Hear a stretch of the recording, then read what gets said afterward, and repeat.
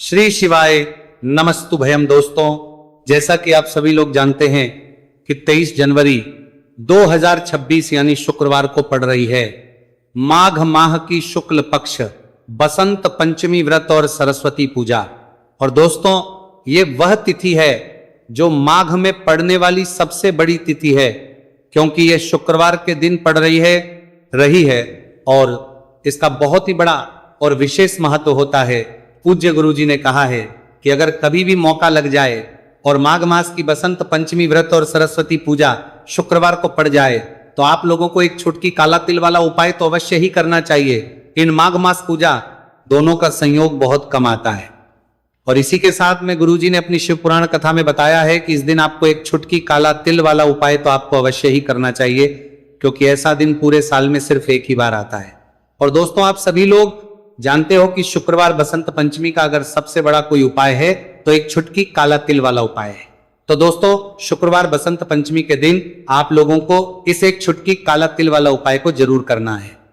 बहुत सारे लोग होंगे जिन लोगों ने इस उपाय को ना किया हो, मतलब पूरा महीना निकल गया, उन्होंने किसी भी दिन इस एक छुटकी काला तिल वाला उपाय को ना किया हो। पर दोस्तों, आपके पास एक आखिरी मौका बचा हुआ है, जो कि 23 जनवरी शुक्रवार बसंत पंचमी के दिन है। तो इस दिन आप लोगों को इस वाले उपाय को जरूर कर लेना है। भले ही आपने पूरे महीने भर इस उपाय को ना किया हो, पर अगर आप इस माघ मास के शुक्रवार बसंत पंचमी के दिन अगर इस वाले उपाय को कर लिया तो आपको इस उपाय को करने का वह फल मिलेगा जिसकी आपने कभी कल्पना भी नहीं करी होगी।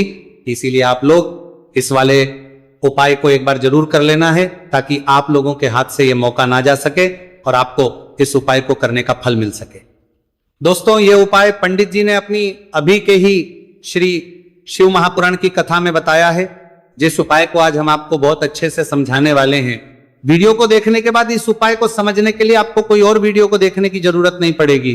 तो चलिए दोस्तों, उपाय को शुरू करते हैं। देखिए, यह इस माघ मास के शुक्रवार बसंत पंचमी के दिन ये इतना खास होता है, इतना महत्वपूर्ण होता है। देखा गया है कभी कभी बड़े बड़े पूजा पाठ अनुष्ठान से जो मनोकामना पूर्ण नहीं होते, वो माघ मास के शुक्रवार बसंत पंचमी के दिन एक छोटे से उपाय करने से ही आपकी मनोकामना पूर्ण हो जाती है। और बहुत सारे लोगों ने इस उपाय को किया भी है और उनको इसको करने का फल भी जरूर मिला है।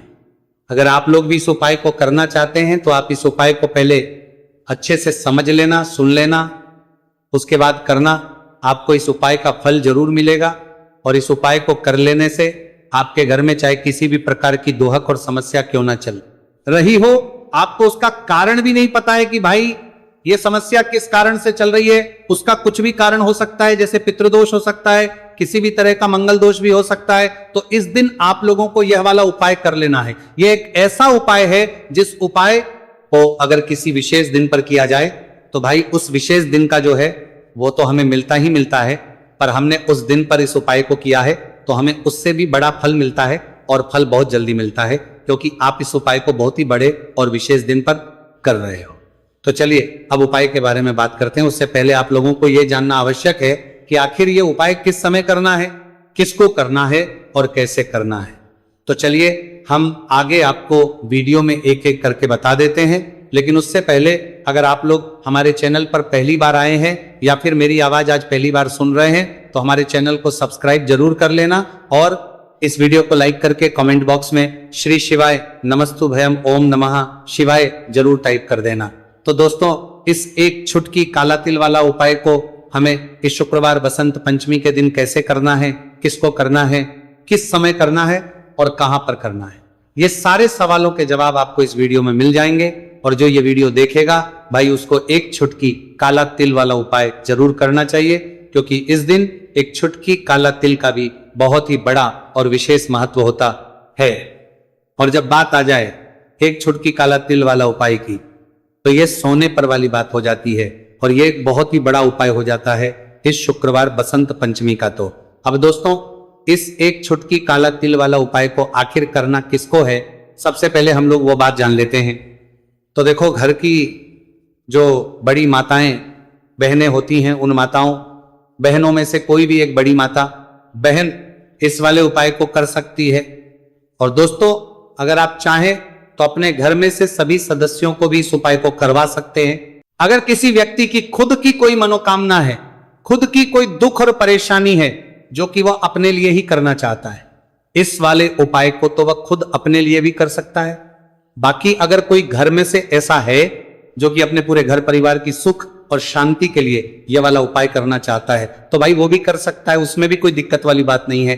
कहने का मतलब यह है कि इस उपाय को हर एक सदस्य भी कर सकता है और पूरे घर परिवार के सदस्य के लिए घर की बड़ी बहनों में से कोई एक माता बहन भी कर सकती है। माताएं बहनें अगर घर में उपस्थित ना हो या वो ये वाला उपाय ना कर पा रही हो तो फिर घर का कोई बड़ा सदस्य भी इस एक छुटकी काला तिल वाला उपाय को कर सकता है, चाहे फिर वह पुरुष ही क्यों ना हो, उसमें कोई भी दिक्कत वाली बात नहीं है। अब दोस्तों जो अगला प्रश्न निकल कर आता है वो यह आता है इस उपाय को लेकर कि आखिर इस उपाय को हमें किस समय करना है, सुबह के समय करना है कि शाम के समय करना है। तो देखो इस वाले उपाय को आप लोग सुबह भी कर सकते हो और शाम के समय प्रदोष काल में भी कर सकते हो। अब अगर आप पूछो कि भाई सबसे उत्तम समय कौन सा रहेगा इस एक छुटकी काला तिल वाला उपाय को करने का, तो हम आपसे बस यही कहेंगे कि इस उपाय को आप सुबह के समय करेंगे तो ज्यादा बेहतर होगा। बाकी अगर प्रदोष काल शाम के समय भी करेंगे तो भी अच्छा होगा, उसमें कोई भी दिक्कत वाली बात नहीं। तो अब दोस्तों जो अगली सबसे बड़ी और महत्वपूर्ण बात आती है वही ये आती है कि सुबह अगर हम उपाय को करेंगे तो हमें कितने बजे से लेकर कितने बजे तक के बीच में करना है, और शाम के समय प्रदोष काल में करेंगे तो हमें कितने बजे से लेकर कितने बजे के बीच में करना है। तो देखो सुबह जितनी जल्दी हो सके आप उपाय को करने की कोशिश करना। बाकी अगर किसी कारणवश लेट भी हो जाओ, थोड़ी देर भी हो जाए, तो 10 या 11 बजे तक भी आप उपाय कर लेना, पर 12 बजे से ज्यादा देरी ना हो, ठीक है, इस बात का ध्यान रखना। उसके बाद में दोस्तों अगर के समय प्रदोष काल की बात करें, प्रदोष काल का जो समय है होता है वो शाम के 6 बजे से शुरू हो जाता है। मतलब शाम के 6 बजे से लेकर 7 बजे के बीच का जो समय होता है यह समय प्रदोष काल का समय होता है। तो आप इस उपाय को 7 या 8 बजे के बीच में भी कर सकते हो। मतलब शाम के 6 बजे से रात 8 बजे के बीच में आप कभी भी इस वाले उपाय को कर सकते हो, उसमें कोई भी दिक्कत वाली बात नहीं है। देखिए आज के इस पूरे वीडियो में हम आपको 3 चमत्कारिक उपाय बताने वाले हैं। ये तीनों ही उपाय बहुत खास और बहुत ही विशेष होने वाले हैं। तो चलिए दोस्तों जान लेते हैं गुरुजी द्वारा बताए गए पहले उपाय के बारे में। देखिए यह उपाय आपको अपने परिवार के लिए करना है। यदि आप चाहते हैं कि आपका परिवार का प्रत्येक सदस्य तरक्की करे, उन्हें हर कार्य में सफलता की प्राप्ति हो, तो आपको यह उपाय करना है।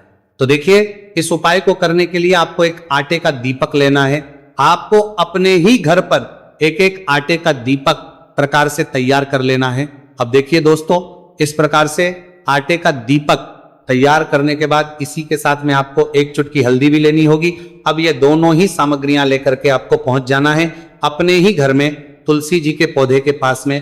देखिए कई लोग कमेंट करके पूछ रहे हैं कि क्या हम तुलसी जी के पौधे के वहां पर, हमारे घर में जो तुलसी जी का पौधा है वह सूख चुका है, तो वहां पर भी इस उपाय को कर सकते हैं। तो हाँ बिल्कुल आप इस उपाय को, जो आपके घर में तुलसी जी का पौधा है वहीं पर आपको यह उपाय करना है। देखिए सबसे पहले तो आपको ये जो उपाय है सूर्यास्त के बाद यानी कि रात्रि के समय में ही करना होगा। अब देखिए सबसे पहले आपके पास जो एक छुटकी हल्दी है उसे आपको तुलसी जी के पौधे में डाल देना है।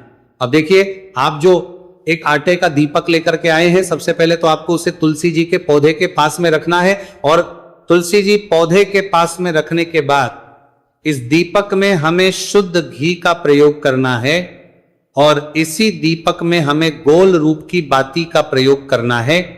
क्योंकि ये जो दीपक है विशेषकर हम हरि विष्णु नारायण के नाम से लगा रहे हैं।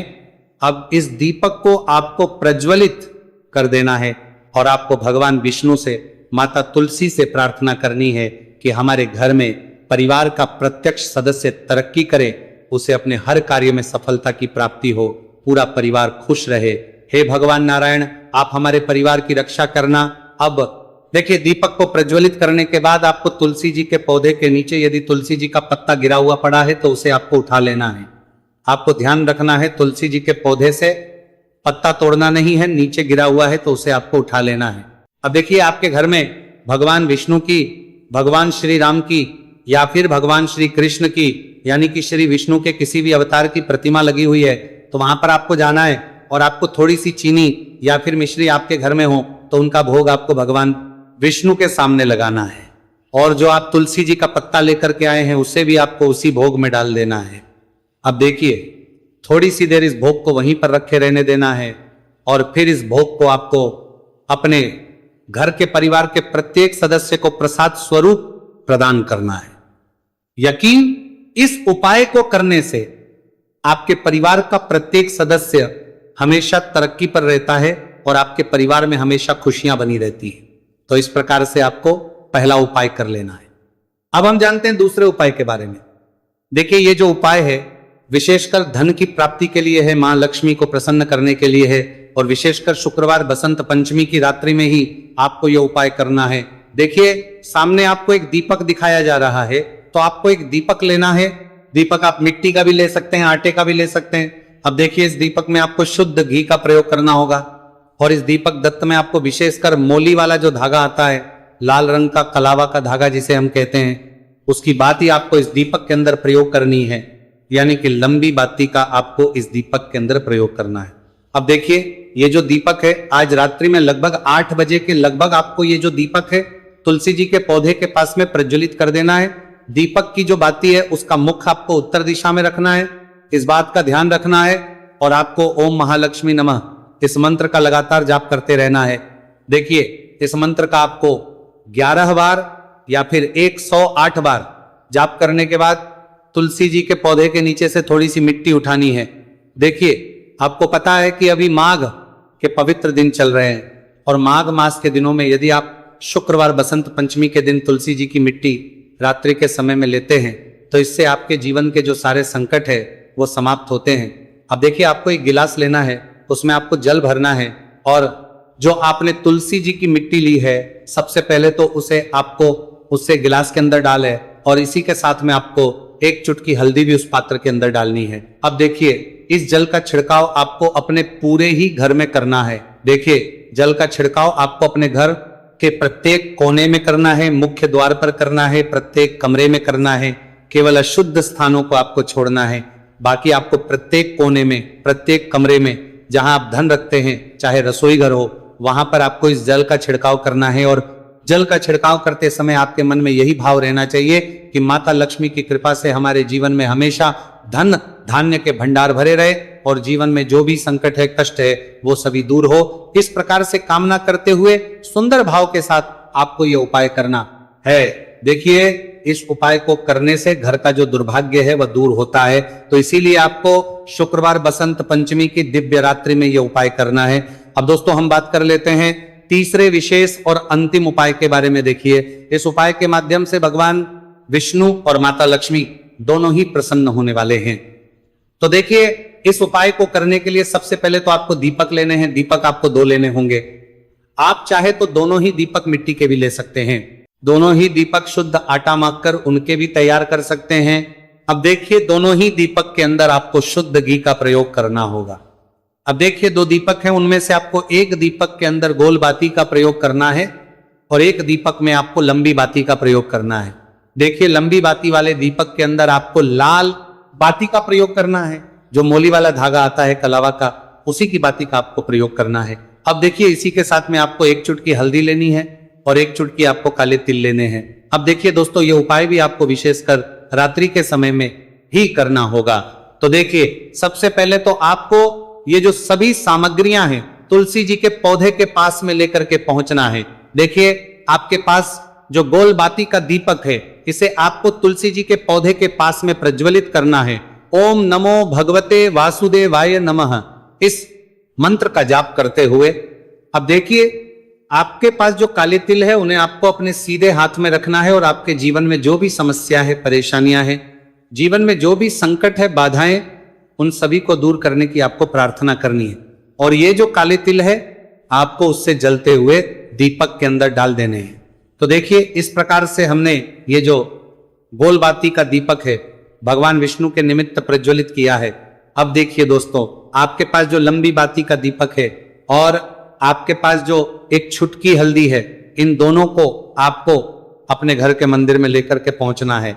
देखिए, आपके घर के मंदिर में जो माता लक्ष्मी की तस्वीर है या फिर माता लक्ष्मी के किसी भी स्वरूप की तस्वीर है, प्रतिमाएं हैं, तो सबसे पहले तो के सामने आपको यह दीपक रखना है। दीपक के नीचे आपको चावल या फिर अनाज के कुछ दाने अवश्य ही रखना है। देखिए, सबसे पहले तो आपको ये जो दीपक है इसे माता लक्ष्मी जी के सामने प्रज्वलित कर देना है। अब देखिए, आपके पास जो एक चुटकी हल्दी है इसे आपको जलते हुए दीपक के अंदर डाल देना है और आपको ओम महालक्ष्मी नमः या फिर ओम नमो भगवते वासुदेवाय इस मंत्र का जाप करना है। माता लक्ष्मी से आपको प्रार्थना करनी है कि जीवन से जो भी दुर्भाग्य है, दरिद्रता है, उन्हें आप समाप्त करें और हमारे घर में हमेशा सुख, शांति और समृद्धि बनी रहे। इस प्रकार से आपको कामना करनी है। तो देखिए दोस्तों, इस प्रकार से आज के इस वीडियो में हमने आपको शुक्रवार बसंत पंचमी की रात्रि में किए जाने वाले 3 महा उपाय बताने का प्रयास किया है। जो भी आपके लिए उचित है, सरल है, उसे आप कर सकते हैं। तो दोस्तों, यह थे पूज्य गुरु जी द्वारा बताए गए कुछ बहुत ही खास सुख। अगर आपको जानकारी अच्छी लगी हो तो वीडियो लाइक करिएगा। मिलते हैं फिर एक नए वीडियो के साथ। श्री शिवाय नमस्तु भयम।